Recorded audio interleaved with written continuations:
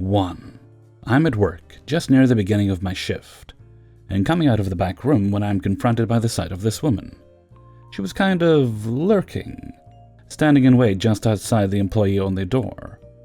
She had the definite air of just bursting to chew someone out with eyes wide, and this tiny, insidious little smile. Now, I am no manager, but that didn't matter to this one. I was just the first person to emerge from that door, and therefore I would be her victim. "Hi, how are you?" I knew she was just awful, sure enough. I opened the floodgates. This woman, who had seemed perfectly composed, was now cry-speaking at me in broadest Karen about how she had lost her child in the store. This took me off guard, as I was genuinely concerned because I, of course, envisioned a toddler, and that's a serious problem. There are procedures in place for lost children, and I was prepared to make a call over my walkie-talkie to initiate a search. I was about to press her for details when she just kept talking over me, beside herself. "Oh, I spoke to someone already, and they said they would call her over the store intercom." Odd, not the correct process for a small child that is lost. I asked her who she had spoken to. Maybe it was a newbie who didn't know. She continued, still absolutely racked with emotion, by the way. "Oh, they called and they found her, but it doesn't matter now." My face reads as several question marks, but she doesn't need my involvement to go on wailing. "Just because my daughter is 16 years old, nobody seemed to care. Nobody was concerned. They wouldn't even look for her. All they would do is call her over the intercom. I mean, it's just ridiculous." My mouth opened, but all I could manage initially was, "Oh," because having the massive bomb of her daughter being 16 years old dropped on me, when I had been expecting a 3-year-old, was too much to handle. To make it worse, her daughter then just appeared, a competent-looking young woman, taller than me, who by the looks of things wanted to melt into the floor and never be seen with her mother in public again. Her mother continued to babble at me about being shocked and appalled, and then abruptly stormed out of the building with her poor child in tow. Giving me no time to respond at all, she literally just wanted to yell at me for a minute. I later learned from another employee that she had done similar to about 4 different people, and later from one of our customer service reps that she had called the store to complain yet again. Her major beef with us, and the entitled part, despite the intercom having successfully provided her with her kid, we hadn't announced a literal missing child alert and brought everything to a screeching halt to locate her daughter. Because your 16-year-old with her own cell phone wandering off to look at clothes does not constitute such an emergency. I hope her daughter is okay. It wouldn't surprise me if she was trying not to be found. 2. I'm a tutor. Most of my work has remained virtual, even as the pandemic lifts for the sake of clients' convenience. However, some parents prefer to return in person. Once I was fully vaccinated, I'm quite a bit older, so I was towards the front of the line. I was perfectly happy to return to in-person sessions with those who preferred them. I work with one family who can be a bit prickly regarding public health measures. They wouldn't have their son do virtual sessions with me, certain he wasn't learning anything, and pressured me quite hard but unsuccessfully to return to in-person before a vaccine was available. They're otherwise fine, though. Though their son wouldn't need tutoring at all had his parents not rammed him in a gifted program he really isn't suited for. But anyways, the first few sessions back were all fine and good. But then one day, I went in and noticed the father of the family had a pretty severe cough. I asked if all was well, and he insisted it was fine and I should come in. Even tried to shake my hand with his cough, despite all we know now. Well, whatever, I was in a separate room with the son, so I figured it was fine enough. I wouldn't be there all too long. I opened a window. So the kid and I were working away, but I kept hearing this guy really going at it coughing, and I was pretty uncomfortable. I offer virtual sessions for precisely this reason, and I even specifically have clients sign, saying they will reschedule if they or the child are exhibiting signs of illness. I had that before the pandemic. When my student mentioned his dad had returned from a trip to see a big game about 2 weeks ago, I was done. I excused myself early and made up some bogus excuse about a burst pipe at home. I didn't want to have the confrontation about the real reason in front of the student. I headed back and planned to schedule a call with the parents, since a matter as sensitive as "do this again and our professional relationship is over" didn't seem appropriate for email. The call went about how you'd expect. They were all, "You want to live your life in fear, go ahead, but we're not paying for the session you walked out on." And so on. About a week and a half after the initial encounter, a health department worker contacted me to inform me I had been exposed to COVID-19. They couldn't tell me who, but I'm absolutely sure it was this guy. The worst part is, to trigger a contact trace in our state, you have to have tested positive, so he knew he had it, and exposed me, and chose not to call, leaving who knows how many days for me to infect my loved ones and other clients while he just sat on his ass. Thankfully, because I'm fully vaccinated, I seem to have been spared. If he had not felt entitled to in-person sessions while sick, I wouldn't have had the tremendous scare, but I'm just grateful I've not caught it. It's been a week now, and so far so good. Though props to my health department, they follow up like clockwork. I terminated our business relationship in writing, and their response was, "You're discriminating against us for our beliefs. What, our son doesn't deserve an education as much as the scientists? We'll find a better teacher than you for less money." And so forth. Much of the email was not spelled or formatted correctly, so that should tell you something. Stay safe out there, people. Get vaccinated. You never know who you're working with. 3. I collect, sell, restore, customize, and trade dolls. Always have, always will. I love dolls. I can make up any insane fashion I want and put it on one of my dolls to try it out. I love working on them, and I do a lot of art based off of them as well. So, seeing as how it's payday tomorrow and I had a little extra scratch, I've busted my butt all week at work, and I just got raised to $13.20 an hour, so I totally deserved a little reward. So I moseyed on into the home of Bullseye, and went to procure myself one of the new Rainbow High dolls I've been pining for during the last 2 months. $35 for one doll is a bit much, but again, rise extra cash, needed something to refresh myself after all the insanity of the world lately. So I was determined to purchase this little pink-haired cutie for myself, then go home and enjoy her with gusto.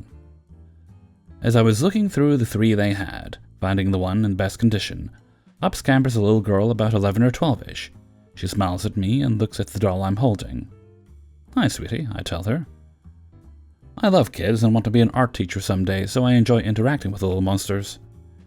She blinks at me, looking like an owl, and then looks at the doll I am holding.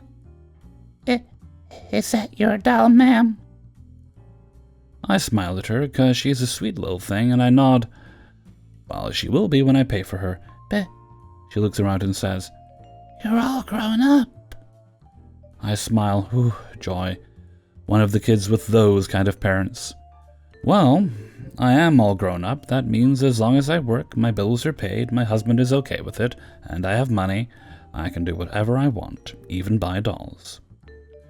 She looks at me like I just blew her little mind and then wanders away, while I go back to deciding which Kia heart has the least eye wonk.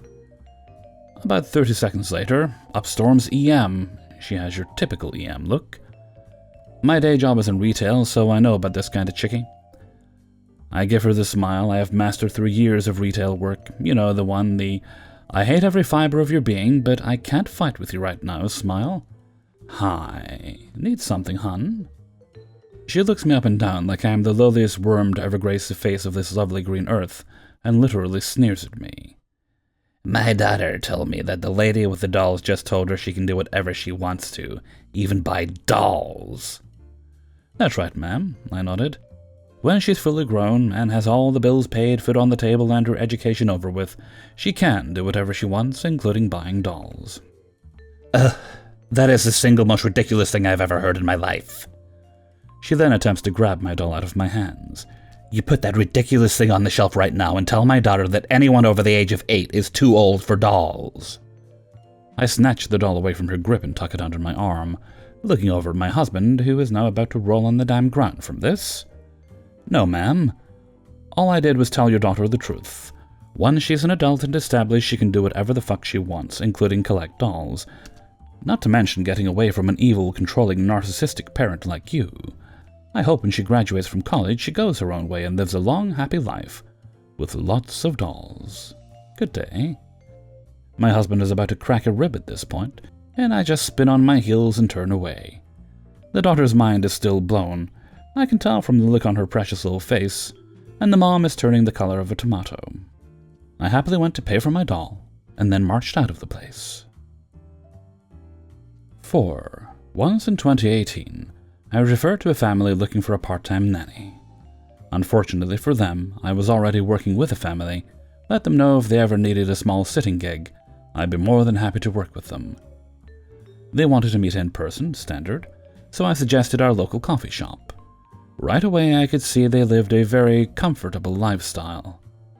Nice car, nice clothes, very clean cut. Dad wore a Rolex. Mom smelled like Tom Ford.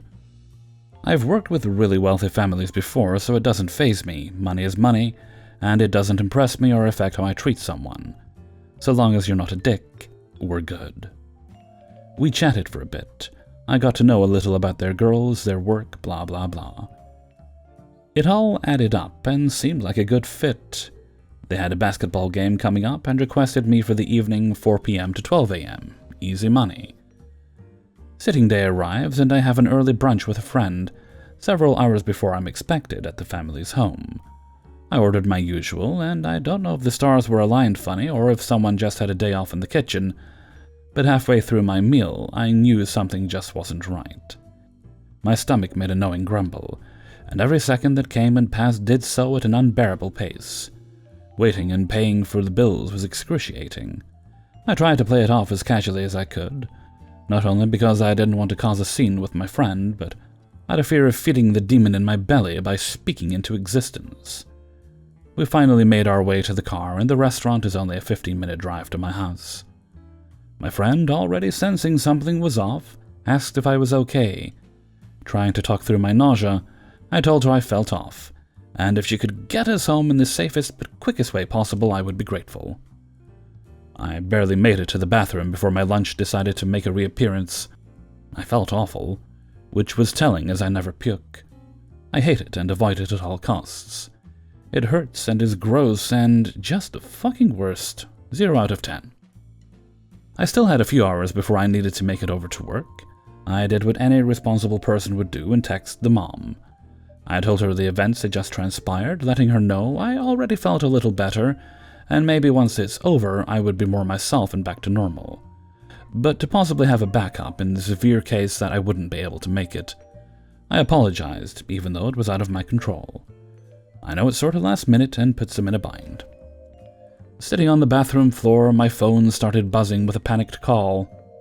Hey, I'm so sorry. What are we supposed to do? You can't be serious. Like I said, I'm so sorry. This was so sudden, and you can ask anyone, especially my reference. I never call or am late. This is just an unfortunate anomaly, but I understand how it's stressful on your end.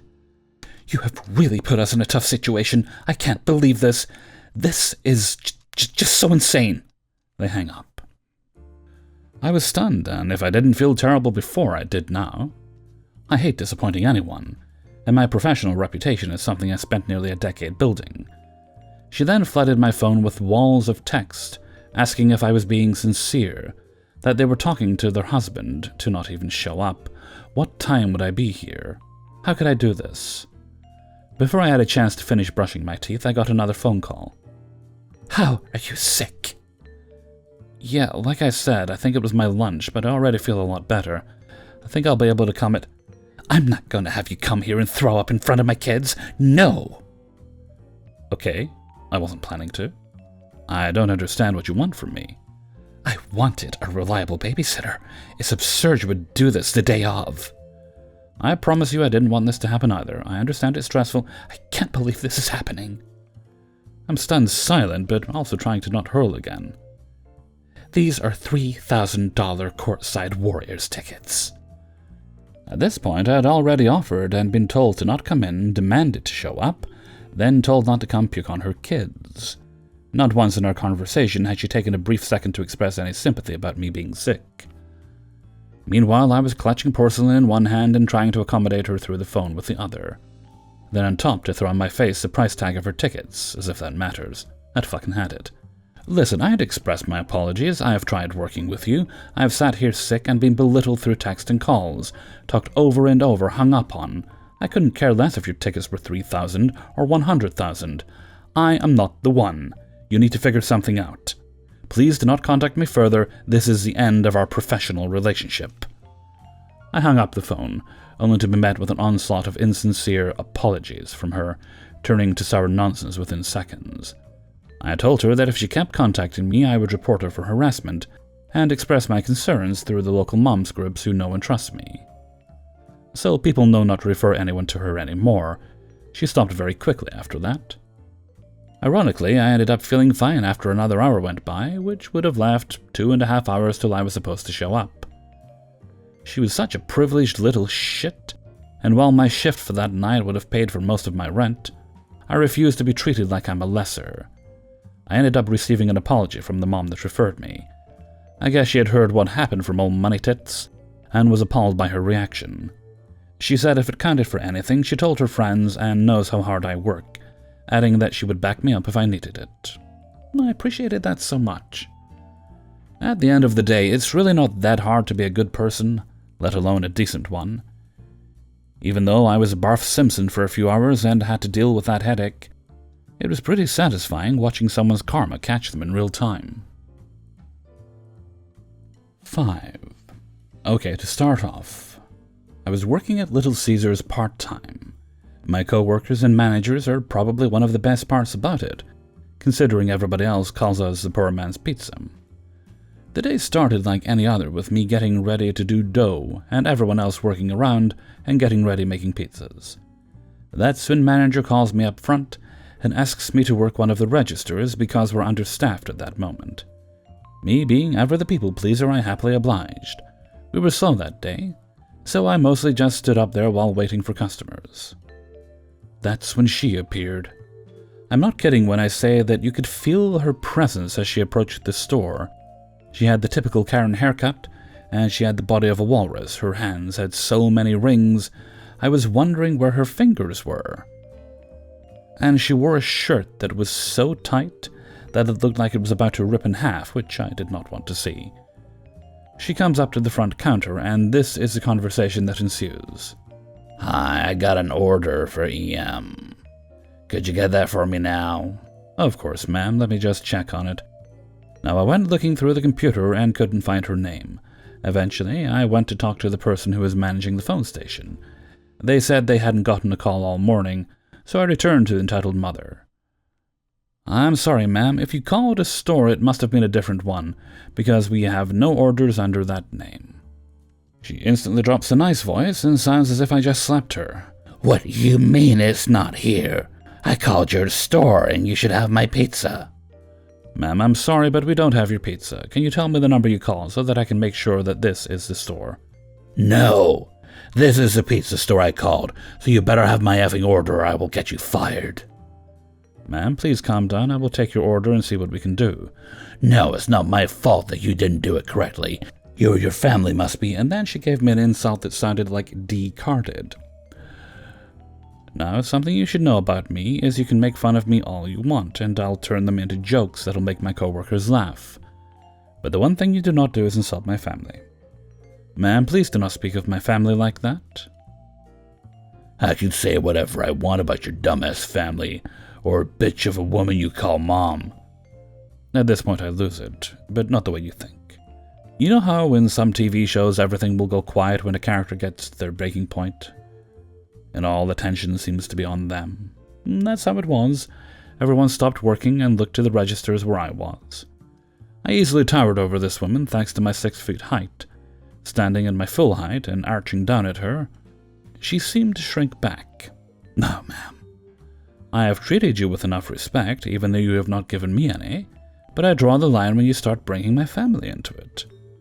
I don't care who you are, or about who you know. You decided to bring my family into your pettiness. I'll let that slide once, but I won't allow you to continue talking about them like that. So here's what's going to happen.